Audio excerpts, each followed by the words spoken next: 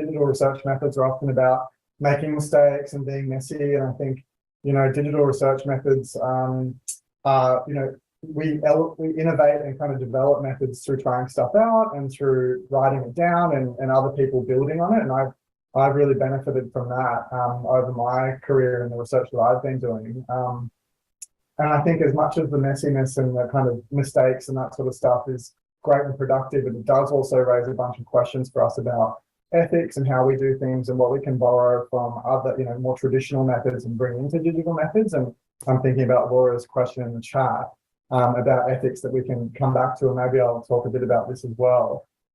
So my background is in the sociology of youth and digital media. So for the last 15 years or so, I've been studying how young people use social media, which has obviously changed a lot over that period of time. I also have interests in gender and sexuality. So I've studied how young LGBTQ plus people in Australia use social media. I've studied different kinds of platforms and apps, including dating apps and a whole range of different digital cultures. So that's sort of my background.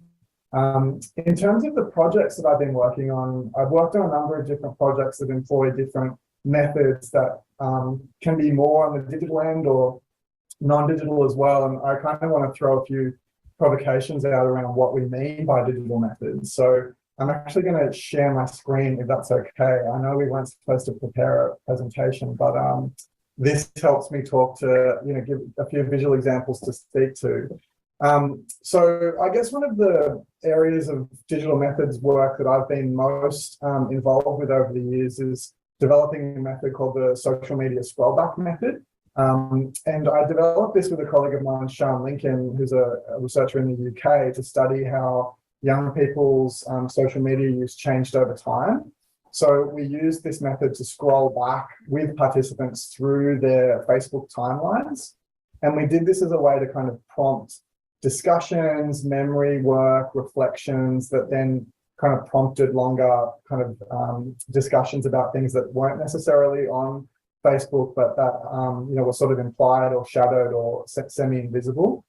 And since then, and obviously, this kind of method, we didn't just like invent it out of thin air. This kind of method is informed by, a long tradition on things like longitudinal research, visual methods, photo elicitation methods, ethnography more generally. So it's just kind of like an example of a kind of qualitative method where you work in interviews with participants to sort of co-analyze their own digital traces together. And since we did this project under the Facebook timelines category, a number of people have done so much more interesting and exciting things with this kind of approach, where you actually work with participants to scroll back through their histories together. And before we came along, there were people doing work like this in this sort of area. Like I'm thinking about people like Amy Dobson, who did this work with MySpace profiles back when MySpace was a thing. People like Alice Marwick and Dana Boyd, who worked with their participants through their material. We just kind of gave it a name, and since then it's kind of allowed a lot of other people to sort of build on it and attach new methods to it or apply the scrollback method in different contexts. So it's really kind of, my background is more qualitative research methods, and that's kind of my entry point into this, how to work with people through their social media data. But of course it does, as Laura's question prompts us to think about, raise a bunch of questions around ethics. So, friending research participants is part of the work that I've been doing, and what does that do in terms of making participants' sort of digital histories visible to us?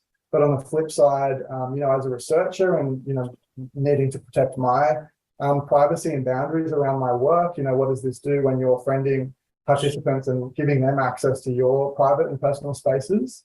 And then, of course, in terms of scrolling back with people through their own social media histories, these are often constituted by posts made by others that they might be tagged in, or they might, have commented in. And so their disclosures and their kind of visibility is part of this kind of scrollback method. So how we record that or, reflect on that is really an important issue for us as sociologists to kind of reflect on the ethics of these sorts of methods all the time. Some other projects that I've been involved with, the Scrolling Beyond Binaries project looked at social media use among LGBTQ plus young people. That was with a number of colleagues, including TASA members like Brendan Churchill, Paul Byron, Son Vivian, and Ben Hankel. And that was a few years ago now. And we didn't really use any exciting, innovative digital methods, but we did use social media to recruit survey participants and interview participants. And we don't often think about this as a kind of digital method because it's, you know, a survey and interviews, they're kind of straightforward. But I think it is worth us factoring in these kind of how these traditional methods are now used and circulated through digital media in new ways, and what this raises questions about. For example, using social media to put a call for participants out, or we might pay for a boosted post or ask people to share it in their networks. These start to creep into, you know, questions and ethics around digital methods. So what are the ethics of paying a platform like Facebook, you know, to circulate our messages on Instagram or on our other platforms? So, you know, this is, I think, part of the conversation around digital methods, even those more traditional methods, how they circulate in digital spaces is something for us to consider. And then a couple of other projects, we took the scroll back method that I developed with Sean and applied it in some other projects. So some work that I did with Vic Health here in Victoria with Steve Roberts, Britt Ralph, Carla Elliott, and some other colleagues looking at men's drinking cultures in Victoria. And we used the scroll back method to do some kind of elicitation work where we scroll back with our participants in this study to images that they had posted or that they had been tagged in of drinking events. And we use these as prompts to ask participants to reflect on the context, you know, the people involved, the sort of drinking practices that were demonstrated and so on. And we also in this kind of took the scroll back a bit further and actually asked our participants to take screenshots for us of particular moments that they were discussing. And there was a lot of scaffolding around this in terms of informed consent and building rapport. But of course, the challenges here around, you know, how you get someone to understand, you know, that this is a research context and how we anonymize those images when they're collected and when other people that aren't participating in the study are represented in those images raises a number of concerns that we had to sort of think through. And then finally, I'm not going to talk too much about the Reddit scraping stuff because obviously Simon's much more across this than I am, but in a very lo-fi qualitative kind of way, we collected a number of posts through a Google Chrome extension and API, you know, connector that works within Google Chrome to export posts from Reddit into a spreadsheet that we then, in a very low-tech way, use to identify and code posts that we wanted to follow up for qualitative analysis. So as part of this project with Ben Lyle, Claire Moran, and Gemma Sharp, we looked at a subreddit called Data is Beautiful, and we looked at examples of what we called confessional data selfies, where people had posted sort of visual representations of self-tracking data, for example, like heartbeat or footsteps taken, or other kinds of ways that they'd recorded aspects of themselves and then shared it to Reddit, to a large kind of network public of strangers, ostensibly.